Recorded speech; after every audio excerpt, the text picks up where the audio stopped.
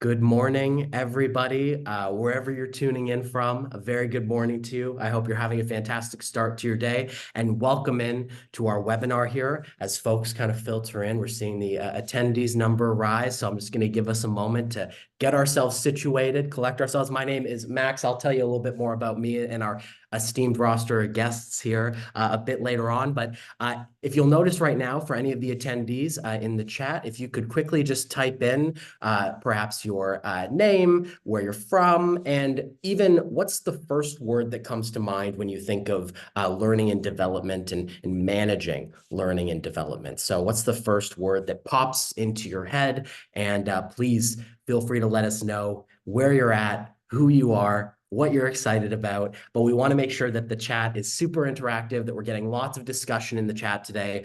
We also have a Q&A section if you have questions. We will have a segment for that later. But in the chat, please feel free to toss in your thoughts. If you agree with something, if you disagree with something, if you want our panelists to expand on something, put it in the chat. Let's have a conversation. And to kick us off, I'm going to very quickly share my screen to give you an idea a little bit more about who I am and who we are. And this is all about preparing for the AI age and how to drive development with and through automation and things like that. So my name is Max Specht. I am a senior content writer and a lover of all things HR from Personio, and I'm going to be moderating this discussion. And I am very, very lucky to be joined by two expert voices in the space. I have David and Simona with us today, both representing 360 Learning and Personio. This webinar is in coordination with both the great folks at Personio and 360 Learning, joining forces to have this discussion. So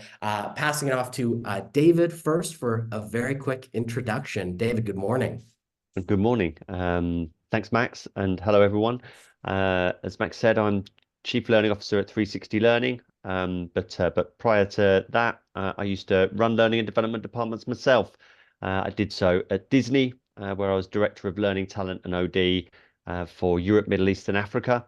I ran the UK Learning and Development Department and had a career in L&D in finance and banking before that. Amazing. Welcome in, David. And Simona, good morning. Good morning, Max. Hi, David. Hi, everyone. It's great to be here. So my name is Simone. I'm working as Strategic Senior People Partner at Personio for nearly 2.5 years. Previous to this, I was in a big corporation called Microsoft. And before I was in a smaller company, which was a company with CAD programming. Overall, I come from the IT segment. And if you ask, what is a senior strategic partner doing at Personio? So I collaborate mostly with leadership teams and also with business units, and I build up long-term people strategies, but I'm also supporting as a coach and guide leaders in their daily endeavors. And I'm very much looking forward to this panel today and learn also from David. Amazing. Look at us go. This is fantastic. I'm going to stop sharing my screen so I can see the beautiful faces of our panelists. And quickly turning our attention to the chat. Good morning. We got folks from Madrid, from South Africa, from Sevilla. We have England as well.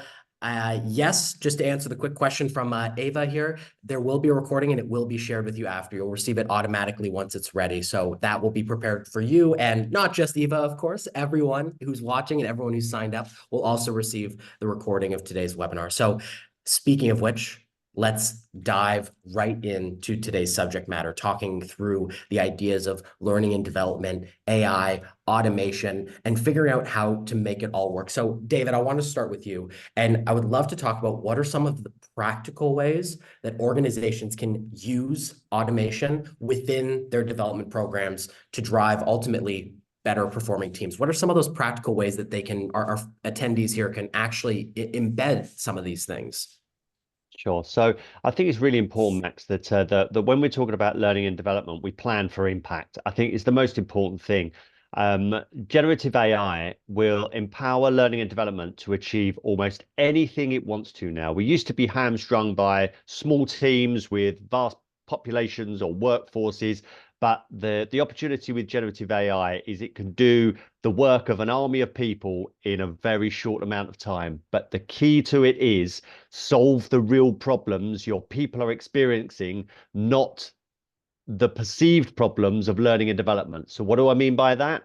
Don't use generative AI to contribute to the sea of useless content that is already available. Anybody with access to generative AI tools such as ChatGPT, or even better, tools that are trained on your organization's proprietary knowledge and know-how, are more powerful in the hands of the people who need it for their work than it is for L&D. So don't contribute to the oceans of generic content. But what should we be doing is we should be understanding the friction that people are experiencing, specifically when they're transitioning into and through your organization.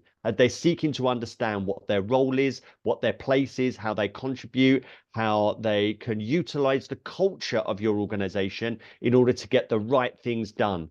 Now, that can be automated by connecting your people information to your learning tools so that you can surface the right things at the right time in order to address that friction.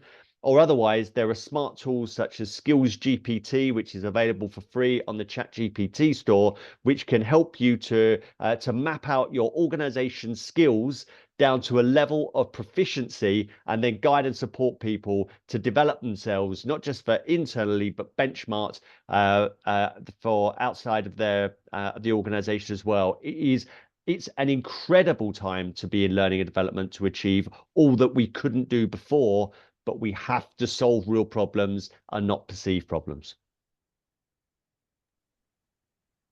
I don't know, Simone, would you add to that or build on that? Sure. Based on what you have said, I would like to give a bit of some examples, what I also have seen at Personio and what we are doing. And I want to divide this in two items. So when we talk about automation in learning and development, we already started embedding personalized learning paths, which means we try to have AI-driven platforms that they connect to the talent or the learning needs employees have at Personio. And how do we do this? We collect a lot of information through Culture Amp, for example.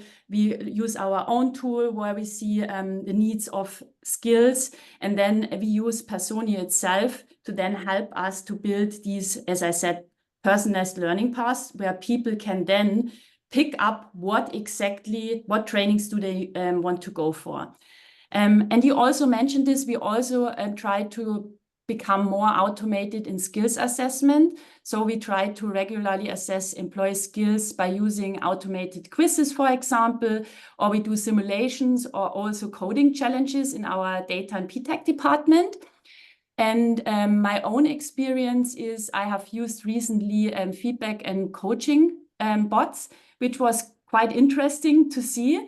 Overall, I think we are still at the beginning with these tools, because when you ask these AI platforms for feedback, I personally have experienced that there is a good valid input already, but it's still room for improvement when you think about the empathy part and really having dedicated answers to the employees' questions.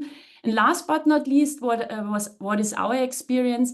We really can use the learning analytics even more. So use AI, which predict us the skills we need, and also combine this what we have on the landscape for learning and development. And with all these information, with all these data points we have, we can ensure that we then streamline the trainings we want to roll out, the courses we want to have out, even more dedicated to what we really need in the company, and also where we want to go with AI in Personio.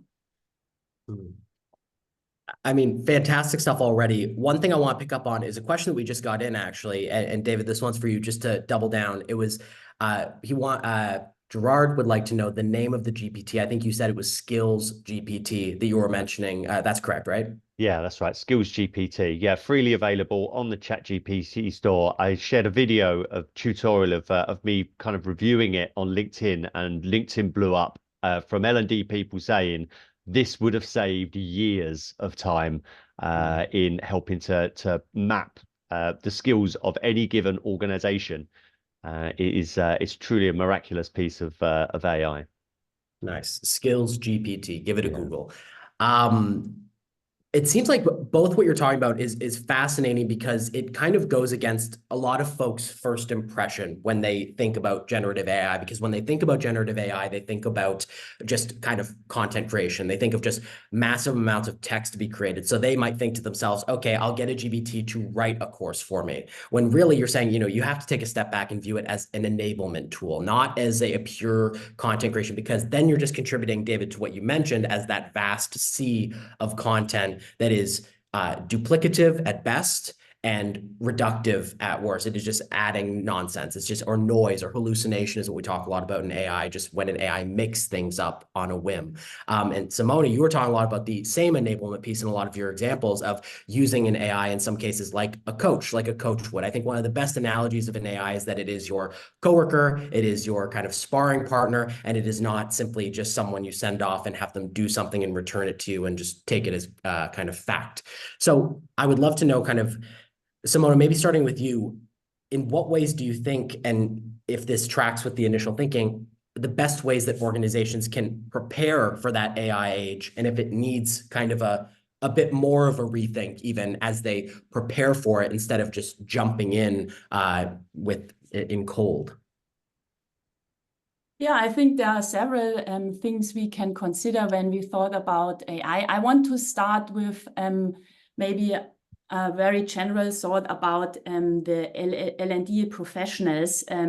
So overall, I think with AI, the role of the L&D professionals will completely change or has already changed.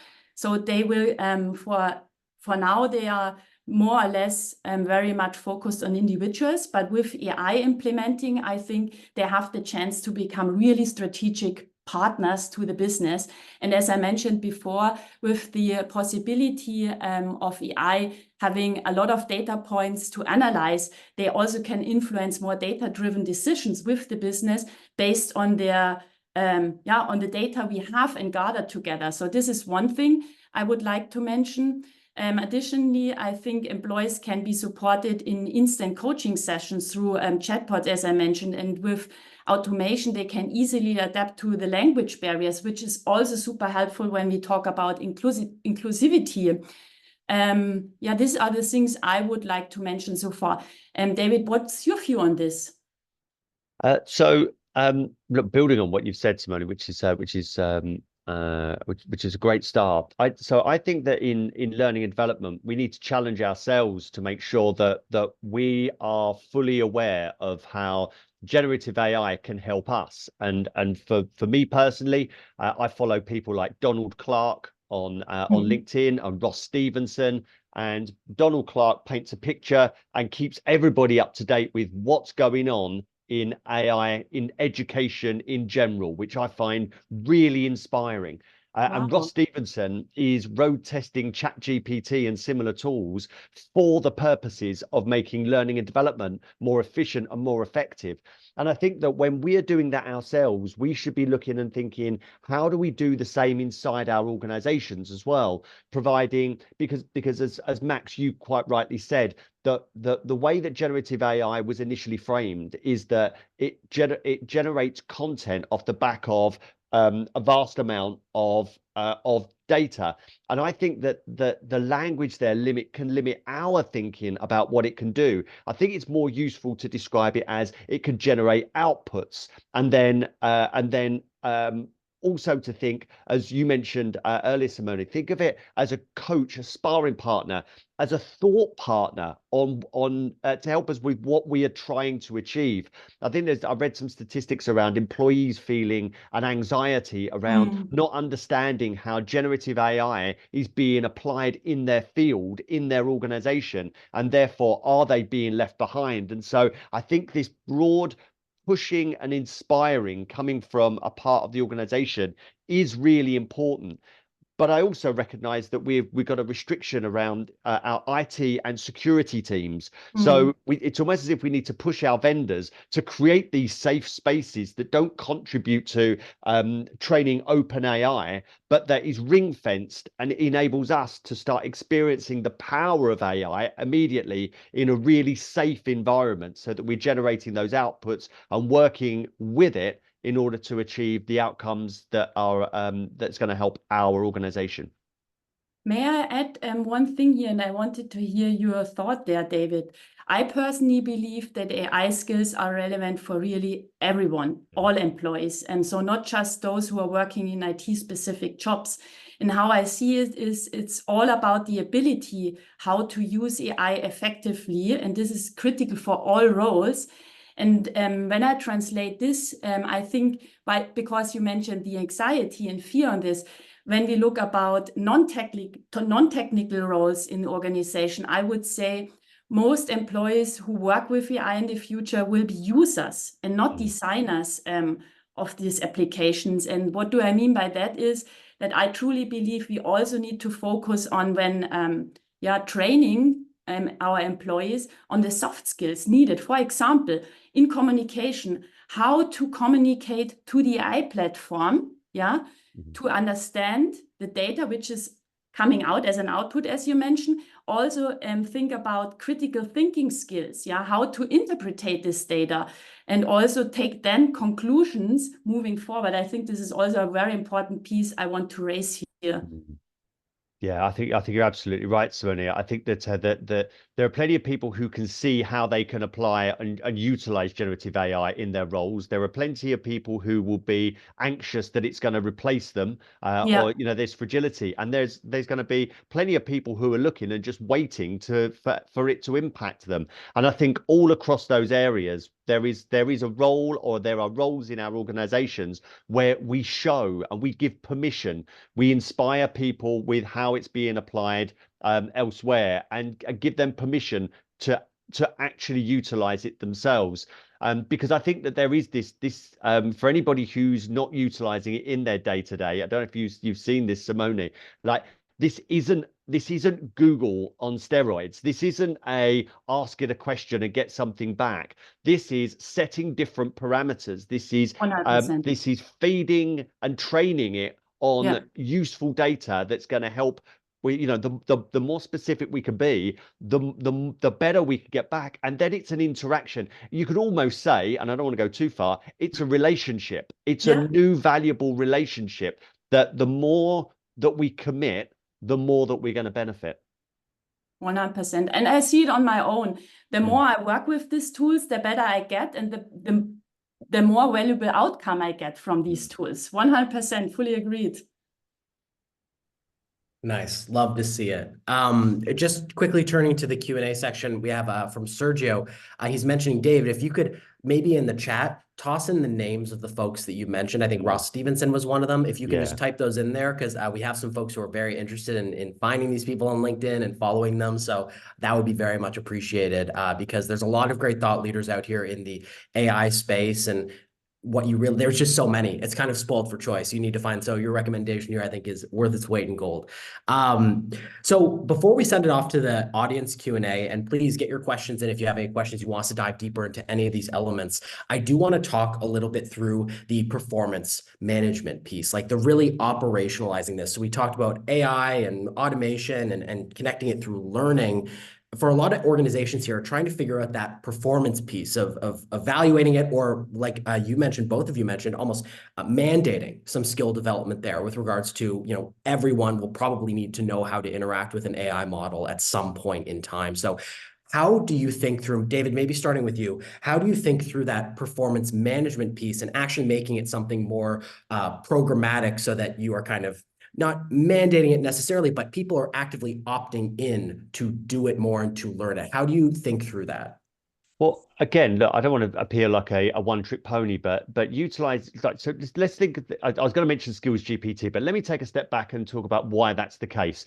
Usually, when we're in discussions with the business heads or the leaders within any particular discipline or business function, we go in with our limited understanding of their actual KPIs, of their actual role. We have a broad overview, but when it comes down to the skills that are actually required, and to what proficiency with any particular part of the business, we go in with almost a blank piece of paper. And I think that puts us as a disadvantage, and our business partner, the business leader, needs to almost dumb down their language in order for us then to select and recommend broad brush themes and topics that we think might help.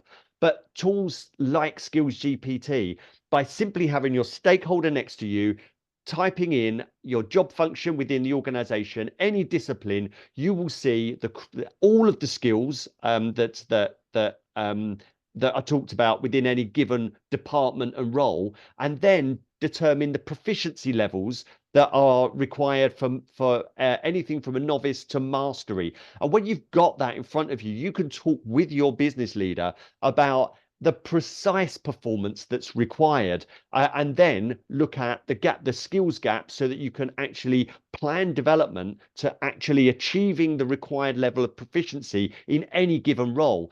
And this is dynamic as well. You know, we've talked in the past about competencies, behaviors, and capabilities for planning performance and planning development, but those are often rigid and too broad. They try to sit across all disciplines and all geographies across an organization, whereas this, we can start talking about the specificity, and then utilize our learning and development solutions and generative AI in order to guide and support people to achieve the level of proficiency required for their job. So this is incredibly exciting in learning and development. And I think that this reframes the whole performance management approach from something that might seem generic or best practice being implemented into your organization, to one that's bottom up, that is focused on the actual work people do. And I think that helps us to address engagement issues, that people not engaging in learning and development. It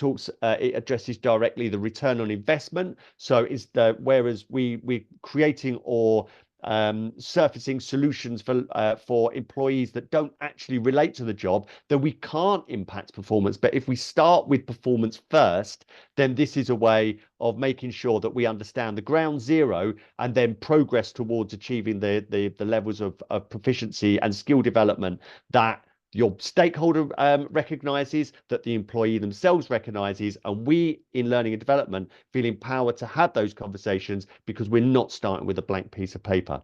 Simone, I don't know what you'd add to that. Yeah, I would like to ask you something back. What do you see as limitations based on what you have mentioned using AI there? So I think, first of all, it's confidence in learning and development, that instead of recommending topics and solutions, we are consulting in a different way based on how deep we can learn about and understand the people responsible for the work. It takes more of a performance consulting approach rather than a needs analysis approach, and that then requires us to step into the unknown, because we know what's in our library of content, but we don't know what's going to come up when we start talking about the actual skills gaps and the KPIs of the people responsible. But again, I think that that those tough conversations, rather than the learning needs conversations, will lead us to talking about the impacts required and partnering with the stakeholder and the employees responsible for the work about how they can improve their performance and their output, rather than the other side, which is when we're providing learning, leaving a great deal of the work, if not all of it, to the individual, both in the absorption of the learning materials and the application into a context that's not referred to in those learning materials. So it's no wonder we've found it difficult to measure impact or plan impact and measure ROI in the past, because our solutions were never really designed to make a planned impact. They were designed for absorption and application, but not in the context in which they're expected to be applied. Whereas a conversation that is that's supported by local know-how and deep knowledge of particular roles, especially proficiency, we can start that very first conversation about impact, change, development, and everything that we do from there is built towards affecting performance, not just providing learning. Does that make sense? Yeah, totally. Thanks for sharing. Oh, you're welcome.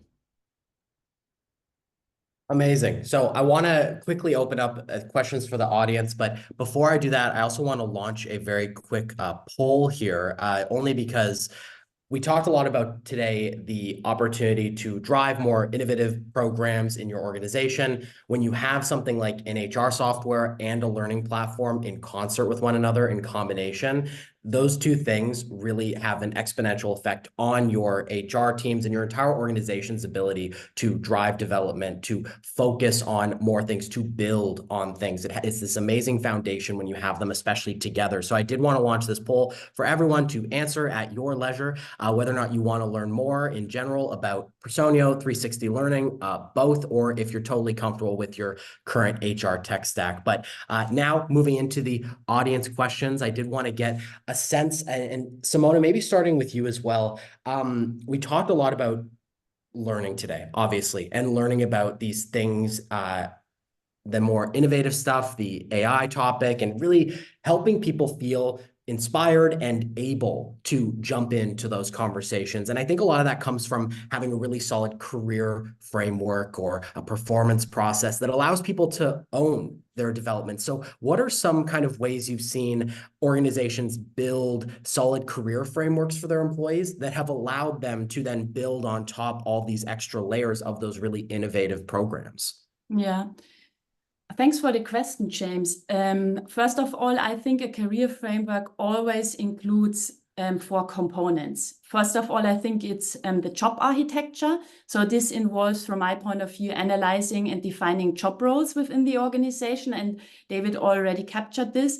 So this includes the job families and the levels and the position titles we have in an organization. The second piece I would say in a career framework is the skills and competences. So a career framework always identifies the key skills and competence required for each level in each job family.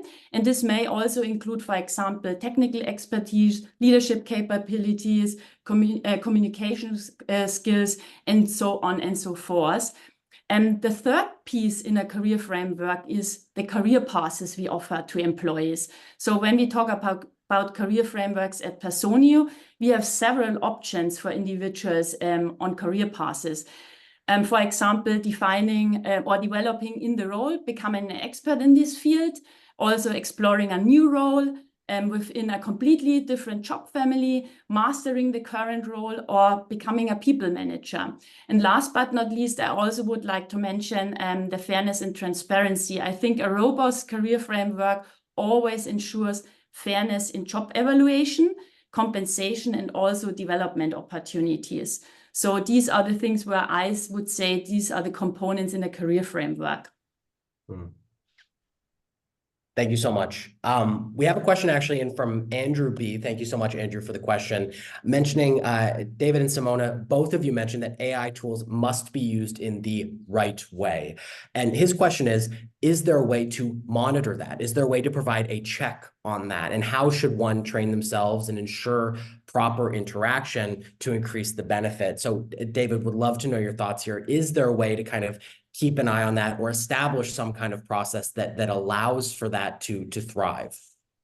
Yeah, so I suppose, first of all, from a security perspective, you want to be careful not to be putting your sensitive organizational data into OpenAI. That's the first one.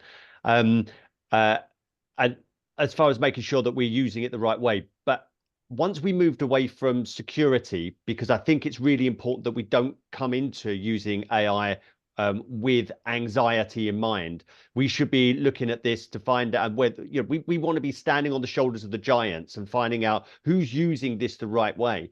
The wrong way to do this is limiting our own understanding of the power of this. That's why I said follow people like Ross Stevenson or Donald Clark, who I follow all the time. And almost every week, Donald tells me some incredible new addition to the AI suite that blows my mind. That again, I then think this makes more people's job easier. This, you know, again, like if only I had this when I was running learning and development departments, because this will help with analysis. This will help with assessment, as Simona was talking about earlier, so that we can understand, we could assess skills capability.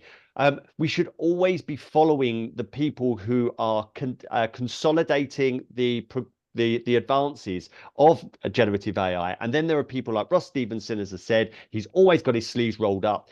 Today he was showing, I saw a video where he set the parameters. He told ChatGPT who he was, his role, what he was looking to achieve with ChatGPT, and then he set the further parameters for the interaction, the relationship to be set. And then he went in and began the thought partnership role with ChatGPT. And again, you're thinking, the more you invest in your own awareness of what these tools can help you achieve, the more you can then expect and then apply it in the areas that you're responsible for. So in short, address the anxiety only in regard to what you're feeding into generative AI, but from there on, seek to be inspired as much as you possibly can, because you know, even somebody as follows it as keenly as I do, I'm finding out every single week more ways in which my own expectation and limited understanding of the power of these tools